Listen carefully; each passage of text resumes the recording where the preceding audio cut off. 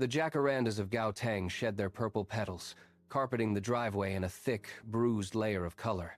John stood near the edge of the pavement, his hands buried deep in his pockets, watching the final suitcase slide into the trunk of the waiting taxi. Cindy moved with a mechanical precision, checking the locks, double-checking the passport, and smoothing the handle of her luggage one last time. There was no room for hesitation. This flight to Europe was the only bridge across the gap between their current struggle and the logistics business they had spent years planning. She turned to him, offered a brief, firm nod, and stepped into the back seat. The door clicked shut, with a sound that seemed to echo off the walls of the house behind them. John did not move as the engine turned over. He watched the vehicle reverse, the tires crushing the fallen pedals into the gravel, until it turned the corner and vanished into the morning traffic. The driveway went still.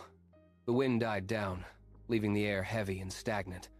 John turned toward the front door, his footsteps sounding hollow against the concrete. He reached for the handle, pushed, and stepped inside. The house did not welcome him. It simply held its breath, waiting for the silence to take root. He stood in the center of the living room, the weight of the empty house pressing against his chest. The silence in the house was not merely an absence of sound. It was a physical weight that settled into the corners of every room. John moved through the hallway, his footsteps dragging against the floorboards. He walked into the small office where he had spent months hunting for work, but the desk was bare. A stack of rejection letters sat under a glass paperweight, gathering a thin film of dust. He picked one up, read the same polite refusal for the 10th time, and crumpled it into a ball. He tossed it toward the wastebasket, but it missed, rolling into the shadows under the table. He did not bother to retrieve it. The refrigerator hummed with a low, rhythmic vibration that seemed to mock the stillness of the kitchen. He opened the door, stared at the half-empty shelves, and closed it again without taking anything. Hunger was a distant, dull ache compared to the exhaustion of doing nothing. He sat on the sofa, staring at the wall where a framed map of their business goals used to hang. Now, there was only a pale rectangle of paint where the sun had not reached. The house was a vacuum, pulling the air from John's lungs with every passing hour. He was staring at the floorboards when a sharp, rhythmic pounding struck the front door. It was not the tentative knock of a neighbor, but the insistent demand of someone who expected to be heard. John stood, his legs stiff from hours of inactivity, and walked toward the entryway. He pulled the door open.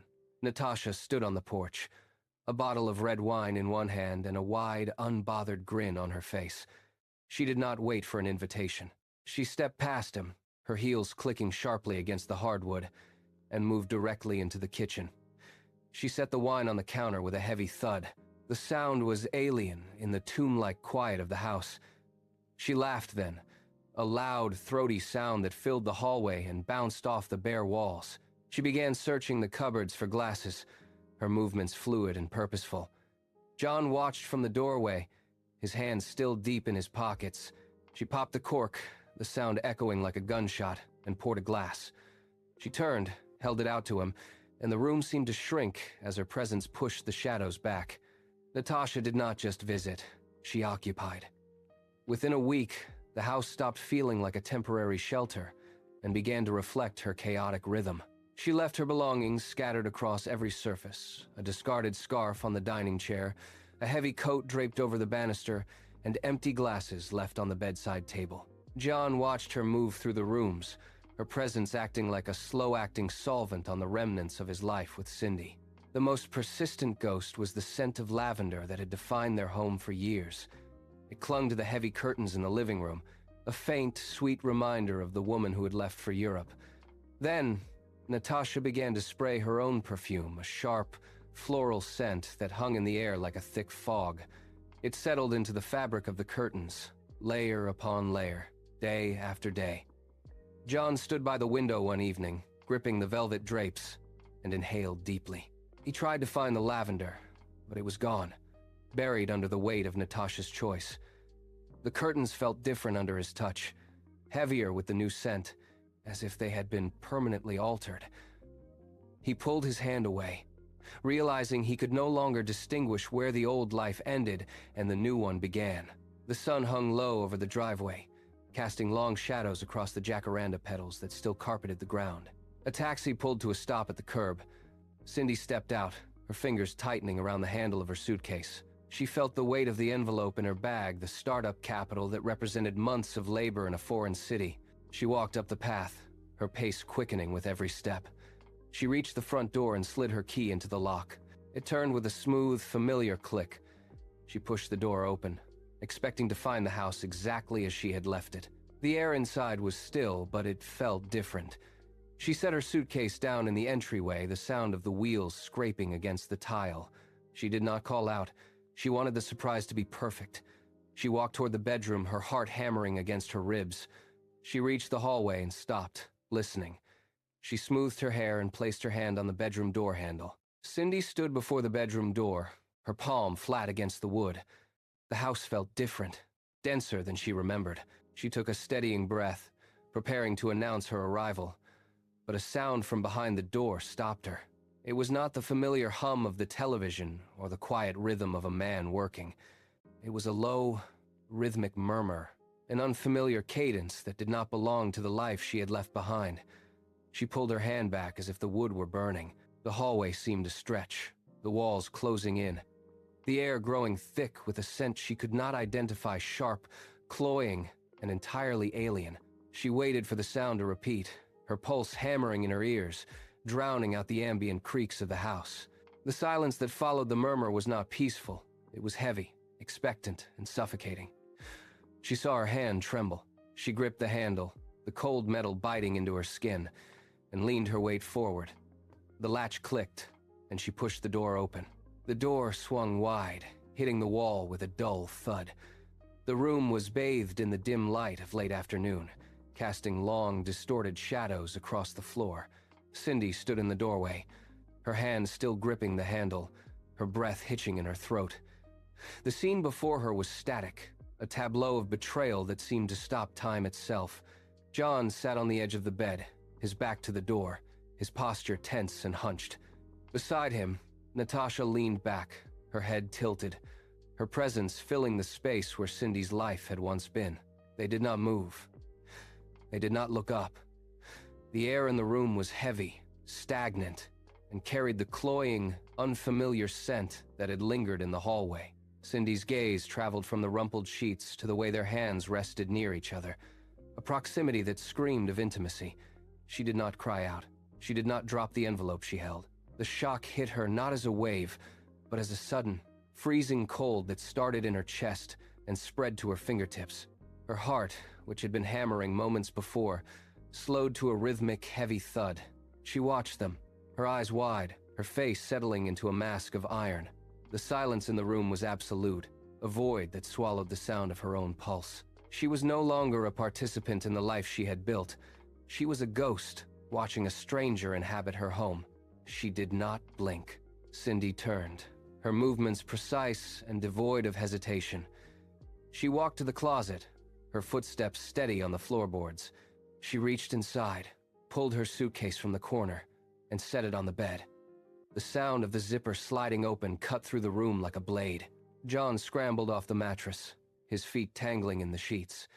He opened his mouth, and a stream of stuttered justifications spilled out, but the sounds were hollow, meaningless noise against the backdrop of her silence. Cindy did not look at him. She gathered her belongings, folding them with mechanical efficiency, her hands steady as stone. She ignored his reaching gestures, his frantic shifts in posture, and the way he hovered in her peripheral vision. She snapped the latches of the suitcase shut, the metallic click final and absolute. She gripped the handle, turned, and walked toward the door.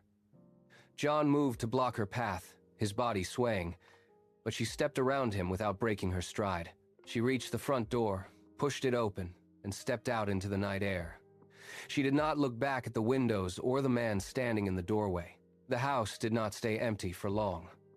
Within a week, Natasha moved her belongings into the master bedroom. She brought a chaotic energy that scraped against the walls, replacing the quiet order Cindy had left behind. Her presence was a constant physical weight in the kitchen and the living room. Then came the announcement. Natasha sat at the table, her hand resting on her stomach, and spoke the words that anchored her to the house permanently. John watched her, his focus shifting from the news to the mounting stack of receipts on the counter. The capital, Cindy, had sent the lifeblood of their planned logistics business was vanishing.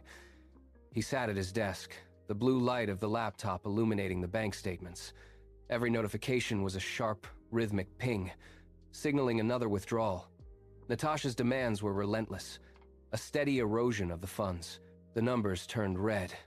He looked up, his eyes meeting Natasha's, and for the first time, he saw the house as a hollow shell. The bank account hit zero on a Tuesday.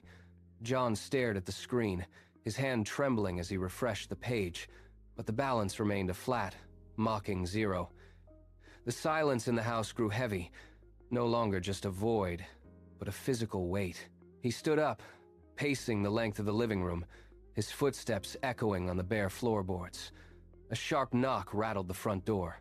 He opened it to find a man in a dark suit holding a thick envelope. The man did not speak. He simply handed over the notice of repossession. John read the words, his eyes darting across the legal jargon, the reality of his failure settling into his bones. He tried to speak, to offer a plea, but the man stepped past him into the hallway, signaling for his team. They moved through the rooms with clinical precision, tagging furniture and clearing shelves. John watched from the porch as they carried his life out in boxes. He felt the lock click into place, a final, metallic sound. He stood on the sidewalk, his hands empty, watching the bank representative drive away. John remained on the sidewalk, his gaze fixed on the front door he no longer held the key to. A car pulled to the curb, tires crunching against the gravel. A man stepped out, his face set in a hard, unforgiving line. He walked straight to the gate, ignoring John, and called out Natasha's name. Natasha appeared on the porch, her expression shifting from annoyance to a sudden, sharp pallor. The man did not waste time. He gestured toward her, his voice cutting through the quiet street like a blade. "Tell him the truth," the man demanded. "Tell him the child is mine." John felt the air leave his lungs. He looked from the man to Natasha, waiting for a denial, a lie, anything to hold on to. Natasha did not speak. She turned, walked back inside, and emerged minutes later with 2 suitcases. She did not look at John as she pushed past him. The engine roared to life, the tires spinning on the pavement as they pulled away. John stood alone in the center of the road. 6 months of drifting had carved deep lines into John's face. He sat on a rusted park bench, his weight shifted to avoid the biting cold of the metal. His hands, once steady, now shook with a persistent low-level tremor. He watched the city move around him, a blur of motion he no longer participated in. A man walked past, holding a half-eaten sandwich, and John's gaze locked onto it, his stomach twisting in a sharp, painful knot. He reached out, his fingers brushing the air, but the man didn't even glance his way. John pulled his hand back, tucking it deep into the pocket of his thin, worn-out jacket. He looked down at his boots, the soles worn through to the pavement. Every breath felt like a struggle against the damp, heavy air. He had become a ghost in his own city, a shadow lingering on the periphery of lives that still held purpose. He closed his eyes, trying to block out the sound of the traffic, but the city's rhythm only reminded him of the silence he had left. He simply waited for the night. The park plunged into a deeper, colder dark as the sun vanished behind the skyline. John shifted his weight, his joints aching from the damp air. A sudden, piercing flicker of light washed over the bench, turning the gray pavement into a harsh, clinical white. He squinted, shielding his eyes with a trembling hand, and looked up. A massive digital billboard loomed over the intersection, dominating the night.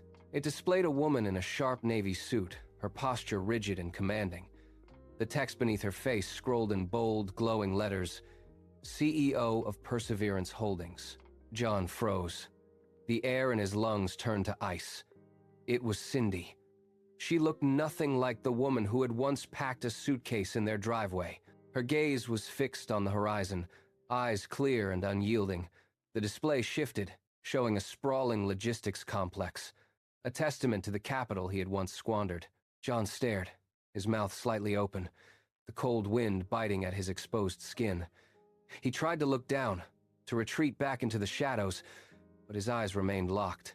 She had built an empire from the very foundation he had burned to the ground. He sat motionless, the light casting his own shadow long and distorted against the grass. John pushed himself up from the bench, his knees popping under the strain of the movement. The image of the billboard remained etched behind his eyelids, a beacon pulling him forward. He began to walk. The city was a maze of concrete and steel, and he moved through it with a singular, erratic focus. He crossed intersections without checking for traffic, the screech of tires and the blare of horns barely registering in his mind. A delivery truck swerved, its side mirror grazing his shoulder, but he did not stop or turn his head.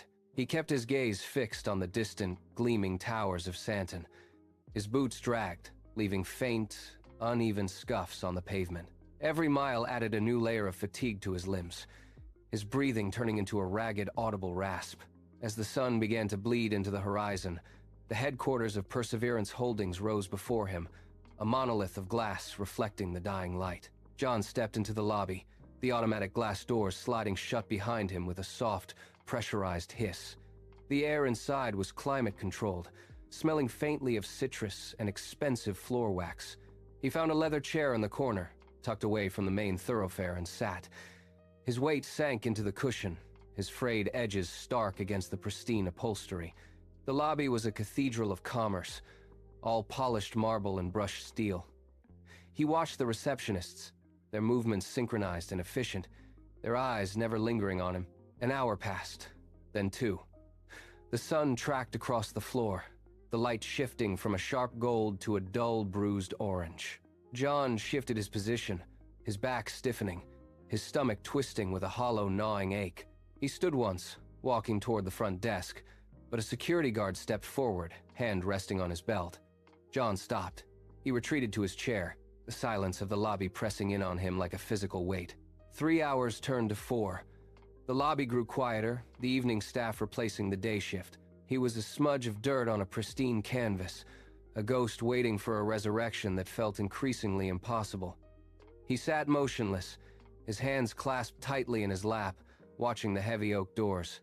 The heavy oak doors at the end of the hall groaned, a sound that cut through the sterile silence like a blade. They swung open with a slow, deliberate rhythm. John stood up, his joints stiff, his heart hammering against his ribs. A group of people spilled into the hallway, their voices a low, rhythmic hum of professional urgency. Assistants in dark, structured layers moved in a tight formation, their tablets held like shields. In the center of the movement was Cindy. She walked with a measured, steady pace, her eyes scanning the lobby floor. She did not look like the woman who had once packed a suitcase in a quiet house. She moved with the weight of a person who owned the ground beneath her. The assistants parted as they reached the main corridor. John took a step forward, his boot scuffing against the polished marble. The sound echoed, sharp and intrusive. Cindy stopped. She turned her head, her gaze sweeping across the lobby until it landed on the corner where John stood. The air between them seemed to thin. John crossed the remaining distance, his boots clicking unevenly against the hard floor. He stopped 3 paces from her. The assistants shifted, their gazes darting between the two, but they remained silent.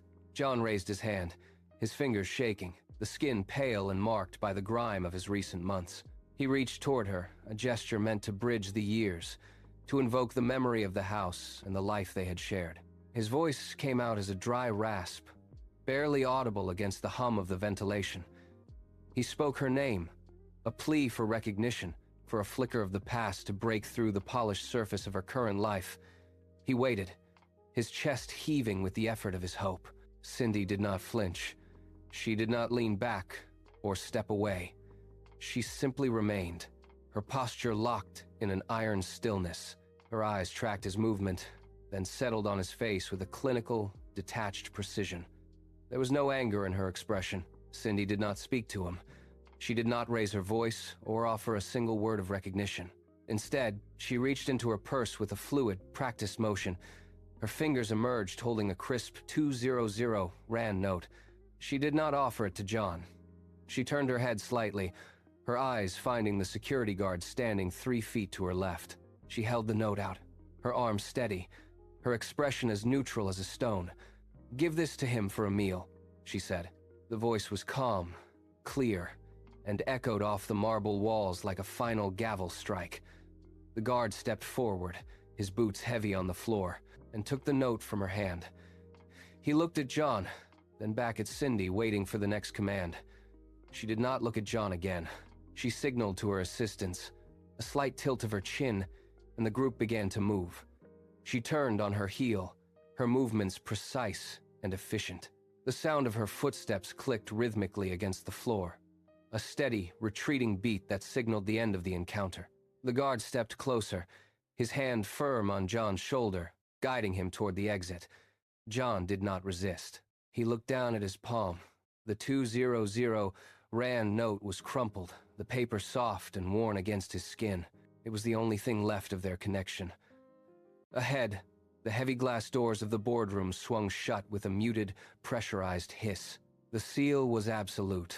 The polished surface reflected the lobby back at him, the empty marble, the high ceilings, and his own frayed reflection. He stood alone. The sound of the building's climate control hummed in the silence, a clinical, steady drone that filled the space where a life used to be. He turned slowly, his boots dragging slightly against the floor. He pushed through the revolving doors and stepped out into the harsh light.